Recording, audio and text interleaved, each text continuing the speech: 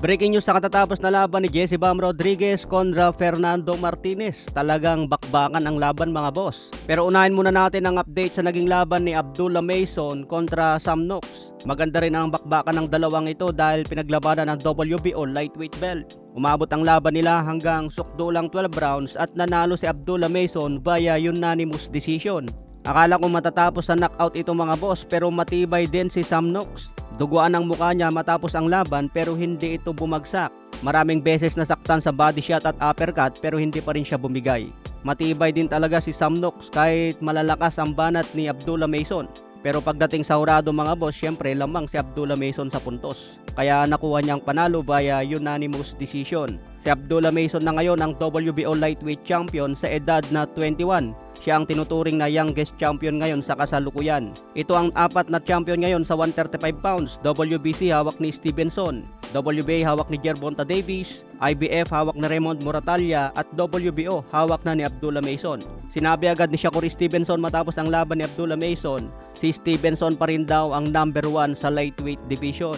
Kaya binabato agad si Abdullah Mason, ilaban daw kay Shakur Stevenson. Pero kung itapat agad si Abdullah Mason kay Stevenson, baka maagang matalo ito. Kailangan pa siguro depensa ni Abdullah Mason ang kanyang belt bago harapin si Stevenson. May bagong kartada ngayon si Abdullah Mason na 20 wins, 17 KOs, wala pang talo. Sa iba pang balita, swabeng panalo ni Jesse Bam Rodriguez by knockout. Talagang pinaglaruan ni Jesse Bam Rodriguez itong si Fernando Martinez mga boss. Walang adjustment itong si Martinez, ganun pa rin ang galawan niya, sugod ng sugod. Wasiwas ang mga banat niya mga boss at hindi talaga tatama kay Rodriguez. Kilala si Rodriguez na maganda ang footwork, magaling sa counter at talagang accuracy ang suntok. Kaya bawat bitaw ni Fernando Martinez may bumabalik na suntok sa mukha niya.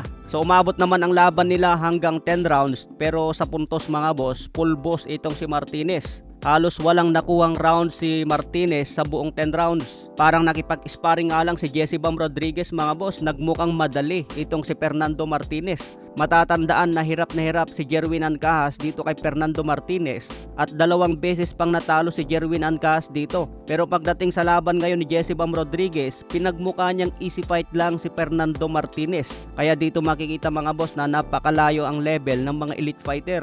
Number 6 sa rankings ngayon si Jesse Bam Rodriguez sa pound for pound. Pagdating ng round 10, maganda yung counter left hand ni Jesse Bam Rodriguez. Lagi niyang ginagawa ito at tumatama talaga kay Martinez. Pero dito solid na yung tumama sa mukha ni Martinez at na-knockout na.